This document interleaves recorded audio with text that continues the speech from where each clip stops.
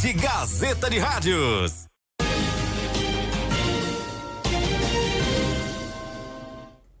Já estamos de volta com o Boletim Gazeta e agora a gente fala sobre a decisão do Superior Tribunal de Justiça de não obrigar as empresas aéreas a transportar na cabine do avião animais de suporte emocional, tanto em voos nacionais como em voos internacionais.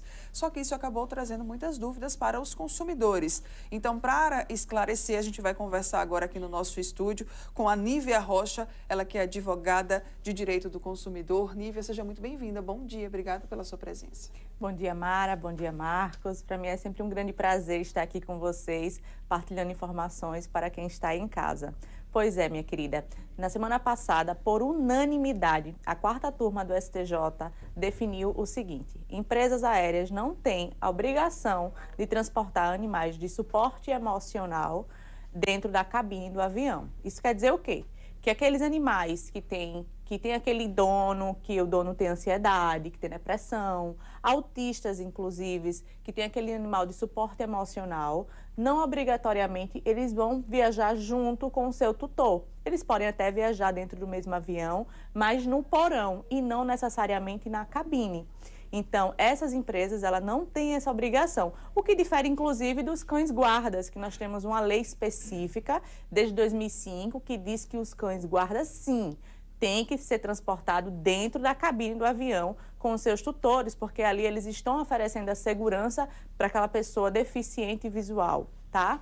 Mas, em relação aos cães de suporte, de apoio emocional, não teriam esse direito. Esse detalhe é importante porque a legislação em todo o Brasil tem sido adaptada, né, em função dessa questão do suporte emocional. Então, achava-se que, inclusive, seria meio com uma espécie de direito a vir a ser adquirido, mas aí veio a regulamentação para evitar. O principal argumento é a questão do custo que envolve as operações aéreas de um modo geral, né? Então, a possibilidade de que isso venha a ser revertido, muito pequena, né, doutora? Nós precisamos de uma lei específica, tá? Mas é muito importante frisar que essa decisão do STJ, dizendo que as empresas não têm a obrigação de transportar esses animais de suporte emocional, também não proíbe esse transporte. Se aquela empresa disser, não, dentro das nossas normas, nós vamos permitir, o tutor poderá sim levar esse animal dentro da cabine, mas não existe essa obrigação. Depois de uma legislação específica, como nós temos em relação ao cão-guarda, talvez até se consiga esse direito, mas até o presente momento não. E aí nós temos várias nuances a ser levantada, como por exemplo, imagine você levar um labrador que não teve treinamento dentro de uma cabine, você pode colocar em risco, inclusive, os outros passageiros que estão ali dentro daquele avião. Exatamente. Nesse caso, né, vamos lá, eu preciso do meu cão de suporte emocional. O que é que eu tenho que fazer? Eu primeiro ali, né, me manifesto para a companhia de forma administrativa ou eu já entro logo com uma ação judicial? Inicialmente, você tem que pedir ao seu médico, né, aquele médico que te acompanha, psicólogo, terapeuta, psiquiatra, um atestado de que, de fato, você necessita daquele suporte emocional daquele cão. Por conseguinte, você vai entrar em contato com a empresa aérea, vai tomar conhecimento das normas daquela empresa aérea e vai fazer o requerimento. E a empresa vai analisar e vai deferir ou indeferir o seu pleito e vai ter que justificar o indeferimento. Se não contente com aquela situação, que foi o que aconteceu com a decisão agora, inclusive envolvendo a empresa aérea Gol, você pode judicializar pedindo, né, uma obrigação de fazer, demonstrando a necessidade de você estar com aquele animal no transporte aéreo e aí vai ser avalizado pela justiça e a justiça vai deferir ou indeferir. Mas hoje nós não temos nenhuma norma específica que versa sobre o tema.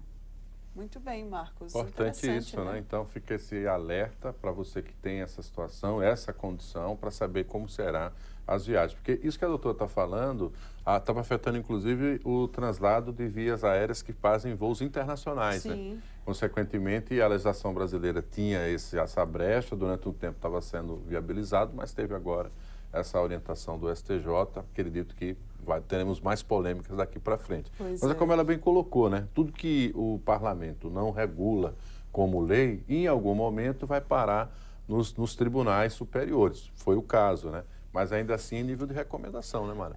Pois é. E aproveitando, né, até essa pergunta, essa observação do Marcos, há uma chance, mesmo mínima que seja, dessa decisão ela ser alterada, ela ser modificada? Sim, existe sim chances. Existe a possibilidade de ir para o Supremo, né, para o STF, para tentar a alteração dessa decisão. Muito bem. Acho que são essas as... Aí vai no essas dúvidas, né? STF, aí tem aquela velha polêmica, né? Como é o tempo para que isso venha a ser colocado em prática, as discussões, aí já vem as férias de meio de ano, vem as férias do final do ano.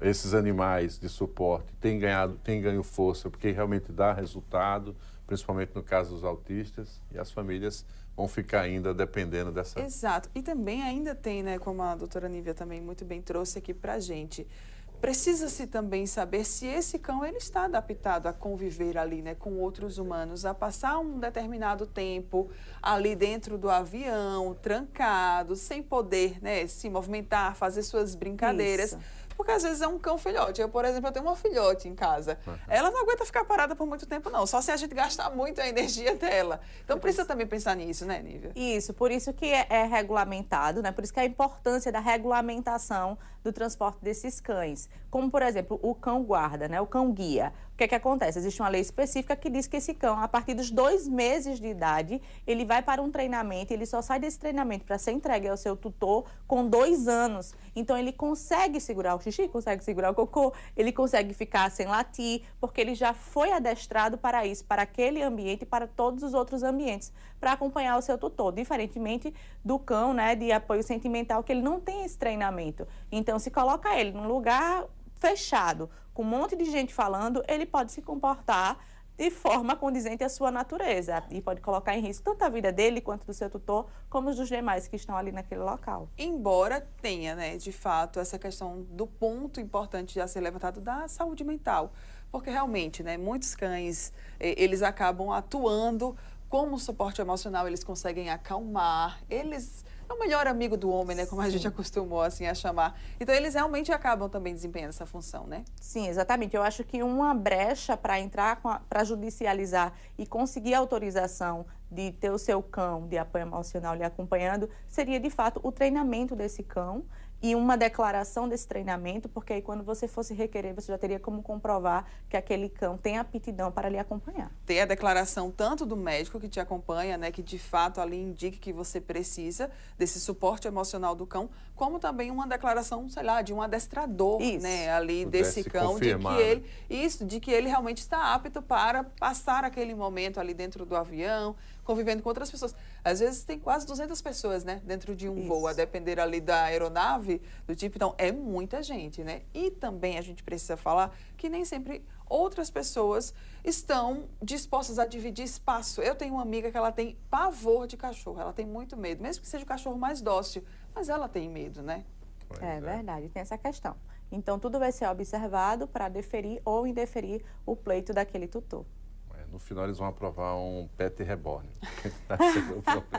Já pensou, Marcos? Muito obrigado pela sua presença, está acompanhando essa discussão. Qualquer novidade, estaremos aqui, claro, para voltar a discutir esse tema.